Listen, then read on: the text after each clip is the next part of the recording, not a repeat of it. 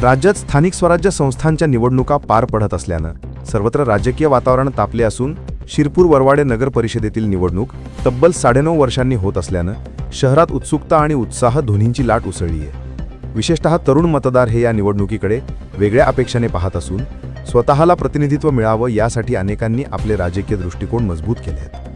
अचानक रंगात आलेल्या या निवडणुकीत महायुतीमध्येच सामना निश्चित झाला असून भाजप विरुद्ध शिवसेना शिंदे गट असा थेट संघर्ष शहरभर पाहायला मिळतोय।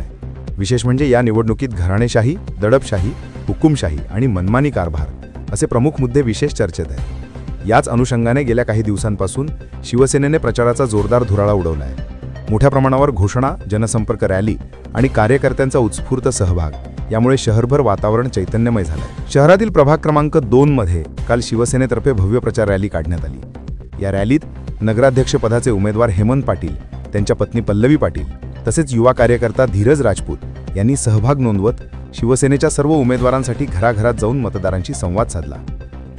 या प्रभागात धीरज राजपूत एक नवा चेहरा असून युवा कार्यकर्ता, नवा जोश, जनसेवेचा ध्यास, सामान्यांच्या प्रश्नांची जाण, चळवळीतला कार्यकर्ता आणि स्वाभिमानी बाणा अशी त्यांची ओळख आहे। या दौऱ्यात मतदारांकडून समस्या ऐकून घेणे, त्यांचं निवारण करण्याची हमी देणे व जनसंपर्क मजबूत करणे यावर विशेष भर देण्यात आला आहे। रॅलीत मोठ्या संख्येने युवक, महिला आणि ज्येष्ठ मतदारांचा सहभाग उत्साहवर्धक होता। प्रचारादरम्यान बोलताना हेमंत पाटील म्हणाले की शिवसेनेचे उमेदवार अत्यंत सामान्य कुटुंबातून लोकसेवा करण्यासाठी पुढे आले आहेत। आम्ही प्रामाणिक, निष्ठावंत आणि तुमच्या प्रश्नांसाठी कटिबद्ध आहोत। वाढीव घरपट्टी, पाणीपट्टी, सिटी सर्वे, अनियमितता, अतिक्रमणांचे प्रश्न हे सर्व सोडवण्यासाठी आम्ही जनतेचे प्रतिनिधी म्हणून तयार आहोत। वर्षानुवर्षे दिशाभूल करणाऱ्यांना बाजूला ठेवा आणि एकदा आम्हाला संधी द्या।